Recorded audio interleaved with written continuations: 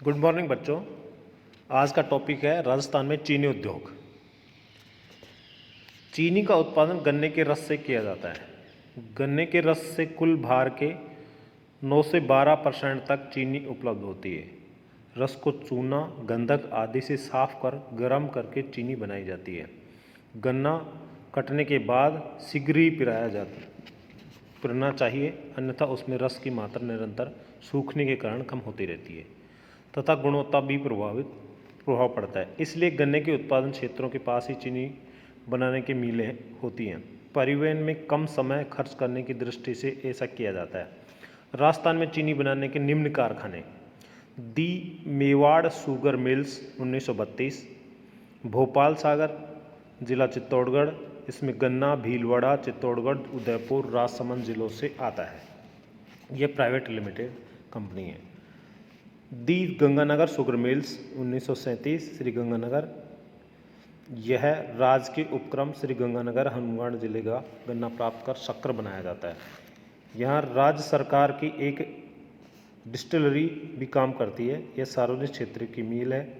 इसके 71.8% अंश सरकार ने 1 जुलाई 1956 को खरीदकर अपने अधिकार में ले लिया था।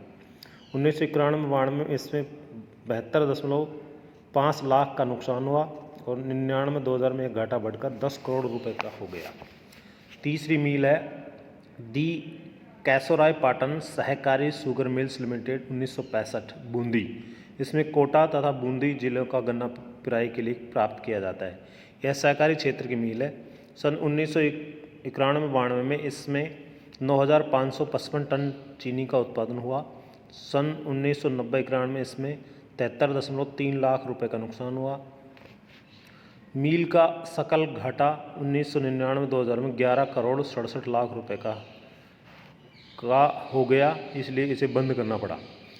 चौथा है उदयपुर शुगर मिल्स, भोपाल सागर चीनी मिल्स 1976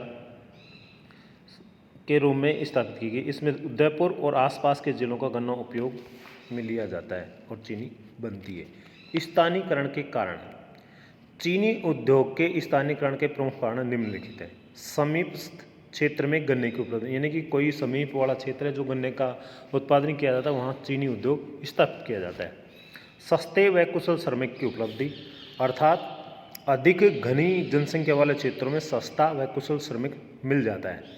परिवहन की पूर्ण व सस्ती व्यवस्था, गन्ना लाने, तैयार माल बाजार तक भेजने, कोयला आदि लाने के लिए आवश्यक है। विद्युत आपूर्ति, शक्ति के साधन पर्याप्त मात्रा में उपलब्ध, या तो जल विद्युत हो या कोयला हो या और किसी जो शक्ति संसाधन है उनसे उनको शक्ति की आपूर्ति यानी कि विद्युत की आपूर्ति होती रहे, ऐसा कोई जगह हो। चीनी मिल को पानी, ईंधन, चूना, सल्फर आदि की भी उपलब्धि पूर्ण हो। चीनी उद्योग की समस्याएं: कच्चे माल की आपूर्ति, चीनी के लिए कच्चा माल अधिकांशतः गन्ना ही है।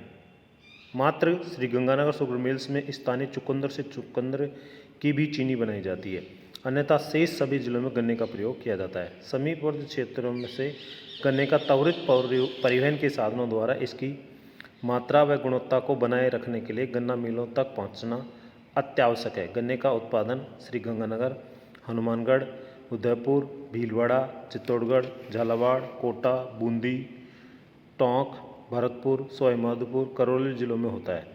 सवाईमाधोपुर, करौली, टोंक आदि जिलों में गन्ने के रस में स्थानीय निवासियों के उपयोग के लिए गुड़ बना लिया जाता है। यह हिंडौन, करौली, सवाईमाधोपुर, टोंक, महुआ आदि की मंडियों में बहुत ज़्यादा मिल जाता है। राज्य में कुल कृषि योग्य भूमि में 0.16% भाग पर देश का 1.1% गन्ना पैदा होता है। वह भी वर्षा की घटत बढ़त के साथ साथ कम या अधिक उत्पादित होता रहता है। सेकंड है गौण पदार्थों के उपयोग की समस्या। चीनी के गन्ने का रस निकालने के बाद गन्ने का छिलका बच जाता है, उसे खोई कहते हैं।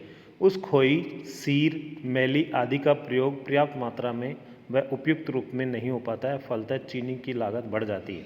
इसका उपयोग गत्ता, कागज़ बनाने, ऊर्जा प्राप्त करने, स्प्रिट, शराब बनाने, खाद बनाने आदि में किया जाता है। सरकारी नियंत्रण: मिलों को 60% उत्पादन सरकार को निर्धारित मूल्य पर देना पड़ता है। केवल 40% भाग ही खुले बाजार में बिक्री हेतु जारी किया जाता है। इससे मिल मालिकों को पर्याप्त लाभ नहीं मिल पाता है और उद्योग संकटग्रस्त हो जाते हैं।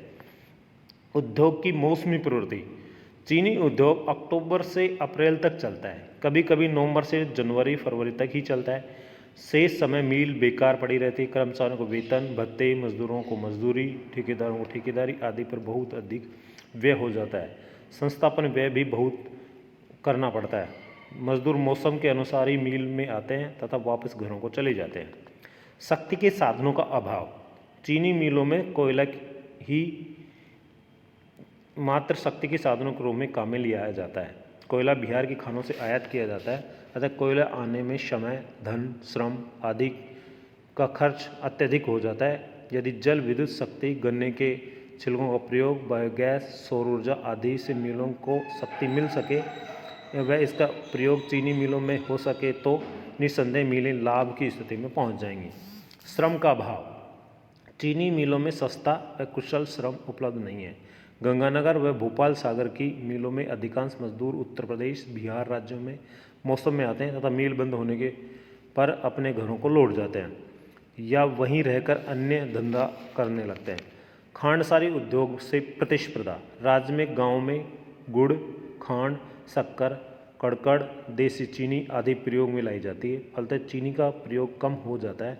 साथ ही चीनी मिलों को कच्चे माल की आपूर्ति नहीं हो पाती है तथा मूल्यों में स्पर्धा होती थी। करौली, सवाईमाधोपुर, बूंदी, कोटा, टोंक जिलों में गुड़ गांव में बहुत पैदा किया जाता है। जैसे गांव वालों की वाले ही मिलों आयोजनों, त्योहारों में शहरों, कस्बों आदि में बेचते हैं। धन्यवाद बच्चों।